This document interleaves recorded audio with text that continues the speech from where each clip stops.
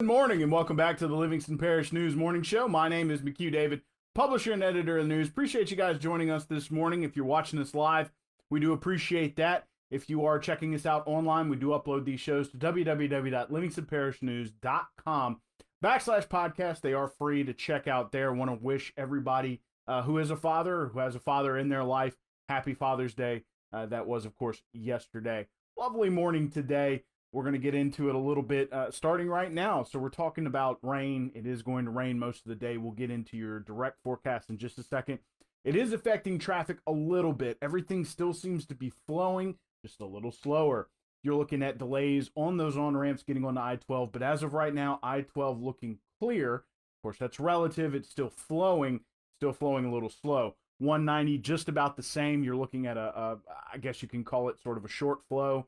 Kind of going light to light, but at least it's still moving at this time. There's some heavier delays at Hatchell and 190 as well as Jubin and 190. Otherwise, still flowing pretty well. Dunn and Lockhart, looking at that roundabout, not too bad this morning, so that's a good sign. Only minor delays on 64 heading into Central. Heavier delays starting to stack up at 4-H Club Road, River Road, and 190 as folks try to get out the west side of Denham Springs. So please keep that in mind. Looking at some delays going in a couple of those areas trying to get into the Baton Rouge area. It's currently 75 degrees. Of course, it is raining this morning. It's supposed to rain just about all day, at least through 6 p.m. So please, if you have not left yet and you're heading to work, please pick up a poncho or a umbrella because you're going to have to deal with it. It's currently 75, as mentioned, going to be 87, your high. So it's still going to get warm today. So it's going to be one of those warm weather days with the rain. 74 degrees, your overnight low. Again, 87 your high, 74 your overnight low.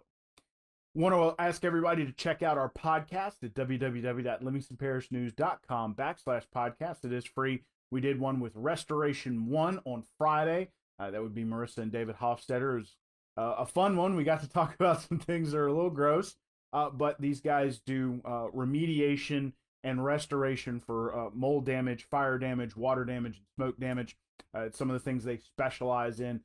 They're professional. They're very good, very passionate about what they do. So I do recommend you check out that podcast when you have a second. It's about 30 minutes long. Lots of good information in there. Two great people. Getting into some interesting stuff with the parish council. They will meet this Thursday. You're looking at a new road designation called a Grade D road. So when we talk about the parish council's road overlay program, those are certain roads that have either been accepted by the parish or met the residents got together, spent the money, upgraded the road to meet the requirements so that the parish would accept it into their maintenance and overlay program. That comes from a portion of the 1 cent sales tax. We've talked about that before. That vote is up in the fall. But I want to talk about these Grade D roads. So what they're trying to do is individual households are still paying 5 mils into the road program. So the road program pulls from 5 mils and a 1 cent sales tax. Of course, it's only 75% of the 1 cent sales tax. The other 25% goes towards the jail. Livingston Parish residents voted on that in 2006. Now, trying to get something going for those folks that are paying in 5 mils but may live on a road that is not necessarily up to standard for the parish's road program.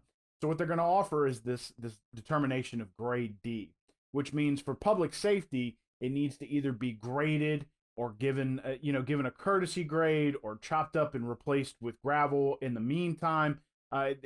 A lot of different options they're going to have. And of course, they already have gravel, limestone, that kind of thing at Parish's Department of Public Works.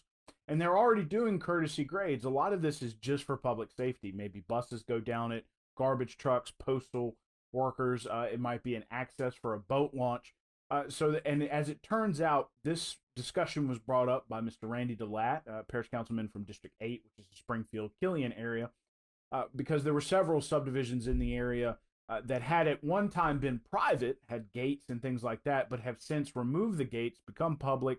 For instance, one subdivision came and talked with the parish council.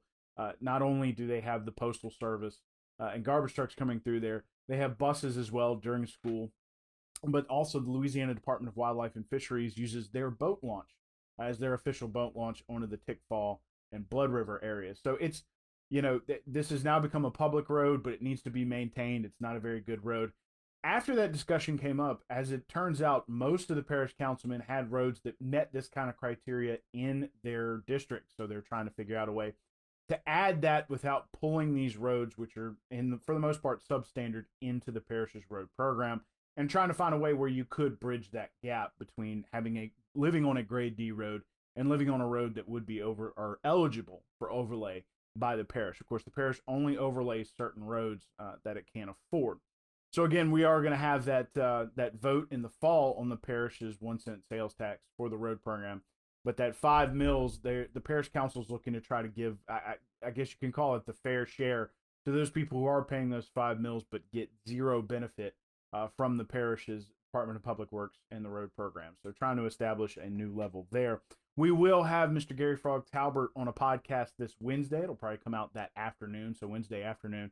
Going to be talking about a wide variety of topics, trying to get caught back up at the parish council as we sort of slowed down during the novel coronavirus. So going to be catching up with him. We're also working with Mr. Jeff Ard and Mr. Tracy Girlinghouse to get in touch with them.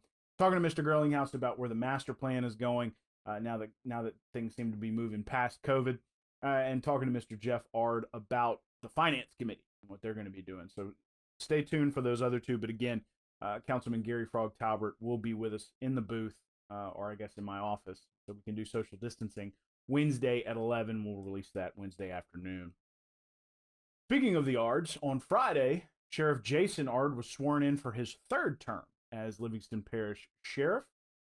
It was a large gathering. Both he and all of his deputies were sworn in at Revival Temple in Walker. We do have a photo gallery up on our website if you want to go check that out. There will be a story in this Thursday's paper. One of the interesting things about the swearing in was that there was actually two. He was sworn in for his third term as Livingston Parish Sheriff, and his one and only term, it's a 1-year deal, as president of the Louisiana Sheriff's Association. Now, Sheriff Jason Ard will be the first sheriff from Livingston Parish to be the president of that association. According to the sheriff, he wants to do this as a year to give back, one more year of public service at the state level, because of the help that the Louisiana Sheriff's Association gave, especially during the flood. So during the Great Flood of 2016, the Sheriff's Association banded together, sent deputies from Webster Parish first, and then they started coming in from all over and helping out the Livingston Parish Sheriff's Office. So, of course, Sheriff Jason Ard wants to give back in that regard, so he will be president for this next year, July 1st through June 30th. So congratulations to him. Again, the first sheriff from Livingston Parish to hold that seat. Early voting began Saturday for at least one election that's sort of parish-wide, one election that's a little sort of local, and then your presidential primaries and your Republican and Democratic executive committees for the local area. Of course, you are looking at, you can only vote for those executive committees and for your nominee for president for your party. So if you're Democrat, you only get Democrats. If you're Republican, you only get Republicans.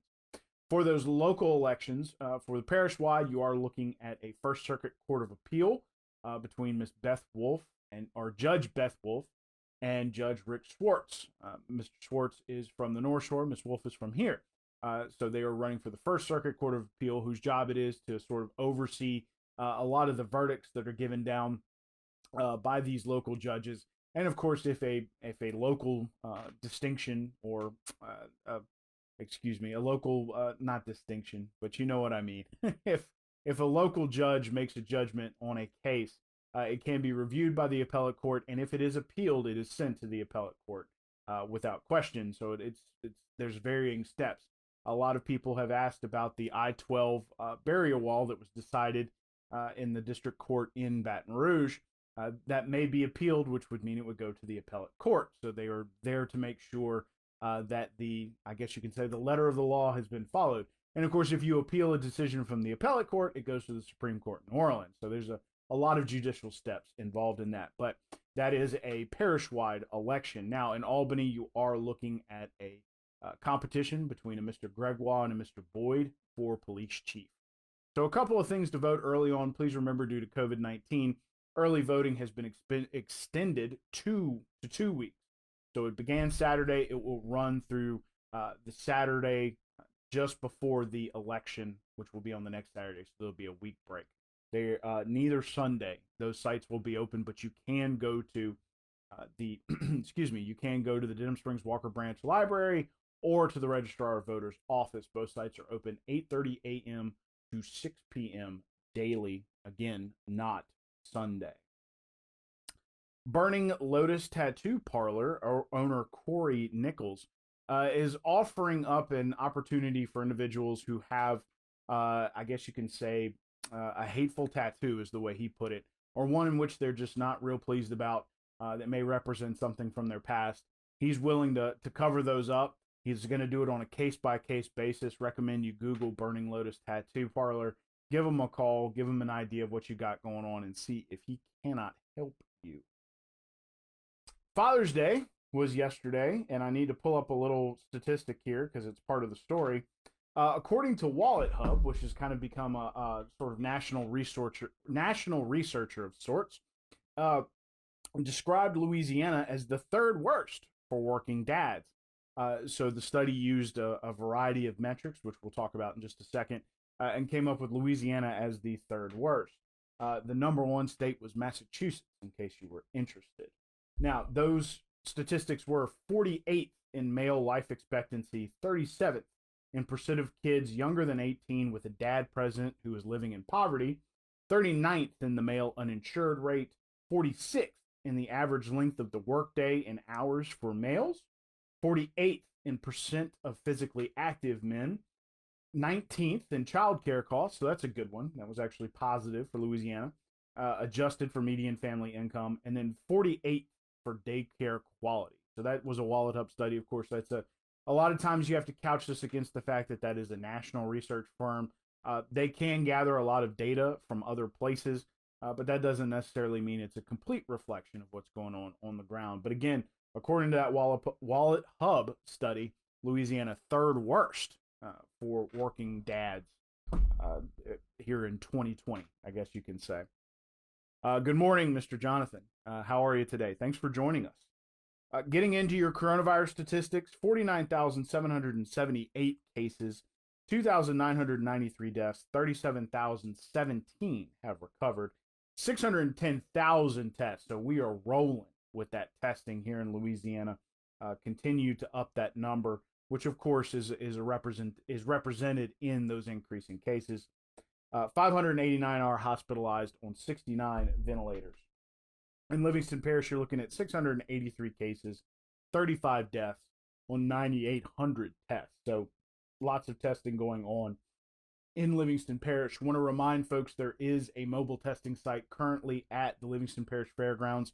There was an announcement this morning that from the Department of Homeland Security that will go on and it will continue through 1 p.m. So even though it's raining, they still will be doing mobile testing at the Livingston Parish Fairgrounds for the coronavirus. I would recommend that you go and get tested, especially if you're feeling symptomatic. Good morning, Mr. Jim Chapman. How are you today? Thanks for watching. It was announced over the weekend that country singer and local boy Lane Hardy, who also sang the national anthem at the Livingston Parish Sheriff's swearing in, has the coronavirus. He has tested positive for coronavirus. He said that he's feeling okay. He just wants everybody to stay safe and please stay healthy. So again, he was in fact there without a mask at the Livingston Parish Sheriff swearing in, singing the national anthem. So we're going to be talking with the Sheriff's Office today about that. Thank you, Mr. Jonathan. The Great Rescue Alliance Pet Food Bank served over 200 cars on Saturday. If you remember, we announced that on Friday. They were going to be handing out pet food to needing families. So thank you, sir, for that update. I'll make sure Mr. David Gray knows. So again, 200 cars went through the church in Walker. Possible for phase 3 today. So as you might remember, when these phases come out, we have, I guess you can say, 2 weeks to kind of gather the data. And then on the Monday of the third week, it's announced whether or not we'll move into the next phase. And of course, you then have the week to prepare it on Friday is usually when the next phase goes live. Now, we've had some spikes in cases and things of that nature. So While people were not confident when we went from stay at home to phase one, and of course they were right, we waited, and then the governor announced phase one, and then we moved pretty quickly into phase two. People aren't as confident as phase two to phase three, from phase two to phase three. So the governor will have a press conference this afternoon. We will find out if we are moving into phase three. Time will tell. But a lot of people not real confident. Some officials, local journalists, healthcare providers, that kind of thing. But there are people that say, we just need to keep moving. We just need to keep moving into phase three, which would, of course, increase some of those capacities, 75%, that sort of thing. Hoping that we move into phase three so it doesn't affect graduations too much. So time will tell on that one. Of course, this is also the last full week of the legislative session. Looking more and more like not entirely sure we're going to have a budget, but not entirely sure we're going to get those insurance reforms that people have been looking for from this legislative session. Still a lot of work to do on that. We'll see what kind of things happen today as they move forward, of course, with a renewed sense of urgency as the legislative session will close next Tuesday, June 30th at midnight. And of course, they will have to have a budget signed by then. Good morning, ma'am. Thank you for joining us, Miss Gianna. Harvest Manor in Denham Springs, which is a rehabilitation and nursing home, has created a visitation station, which keeps the residents safe, but allows family members to come see them. Of course, there was a lot of discussion, especially with regard to nursing homes and assisted living centers, which had high-risk populations, but those were also the people that were most vulnerable to the mental health issues from not being able to see family and friends. So these places are trying very hard to open up visitation. There's no other way to put it, to open up that communication in person between these residents and their families. So they have the residents sort of in a protective bubble. They have the family in a protective bubble, and they're allowed to sit down and talk with each other, social distance and that kind of thing, and trying to keep those residents safe as well as keep those families safe. So a very cool story. It was written by Mr. David Gray. He got a chance to go out there and see one of those interactions personally. You can find it on our page, www.livingstonparishnews.com/coronavirus. So one last time talking about these coronavirus statistics: 49,778 cases, 2,993 deaths, 37,017 have recovered, 610,000 tests, 589 hospitalized on 69 ventilators. In Livingston Parish, 683 cases, 35 deaths, and 9,800 tests. Want to talk about these mitigation efforts real quick before I let you guys go. Please remember to wash your hands with soap and water for 20 seconds or more. Disinfect common surfaces at home and at the office. Wear a mask in public if at all possible. Control your cough and sneezing with an elbow or a tissue. Don't touch your face, the one that I have so much trouble with. 6 feet or more of distance between yourself and others, 25 or less to a gathering. Stay home if you're sick and utilize telehealth to get in touch with your doctor, and try to stay home to work if at all possible. Want to remind folks that we are looking at that phase 3 announcement. Hopefully it's coming this afternoon. We'll find out about 2:30. Want to let folks know that traffic, it is flowing but heavy this morning because of the weather. I-12 is moving, but it is slow. 190 about the same, especially at Jubin Road and Hatchell Lane. There's also heavy delays at Forage Club Road, River Road, and 190, so be prepared for those. Minor delays on 64 heading into Central, not too bad till you get on Greenwell Springs. Those on-ramps on the I-12 are going to be heavy delays as well. It's currently 75 degrees. Of course, it is raining. It's going to be kind of a dreary day. Going to be raining on and off. Some sites have it saying it's going to rain consistently, some on and off, but it is going to be raining today most of the day. So please remember, if you haven't left yet, grab that umbrella or that poncho before you leave, because you're probably going to need it after work to get back to your car on your way home, and especially getting to work after you get out of your car this morning. Want to remind folks about that Restoration One podcast from Friday. We sat down with Marissa and David Hofstetter, got to learn about their business where they do remediation and repair from smoke, water, fire, and mold damage, among other things. Had some interesting stories in that one. It's a good one. It's about 30 minutes. Recommend you check it out. One last time, my name is McHugh David, publisher and editor of the news. Appreciate you guys joining us for the Livingston Parish News Morning Show. We are on Facebook, Twitter, LinkedIn, Instagram, and YouTube. We are once a week in print on Thursdays at $7 a month. Catch that in your mailbox. We have gotten a lot of feedback about that. If you are a print subscriber, we are interested in your feedback. You can leave a comment here. You can send me an email. You can give us a call at the office. We are back in a broadsheet, which is sort of the old style, not the magazine we've been doing. We are considering staying that way. We've gotten some requests to stay that way, so we sent out a request for feedback. A lot of people coming back saying they either don't care or they would like to stay in the broadsheet format. So we're interested in hearing feedback on that. Always interested in hearing feedback. Please remember you can also check these shows out. They stay on our Facebook page, but we also put them on a podcast page, which is free on our website. We have audio and video versions. Also, our coronavirus page is free. This year as well, our legislative coverage has been free as well. So you can check that out at www.livingstonparishnews.com/breaking_news. Appreciate you joining us this morning. Hope you have a great day. Please try to stay dry, and we will see you tomorrow morning.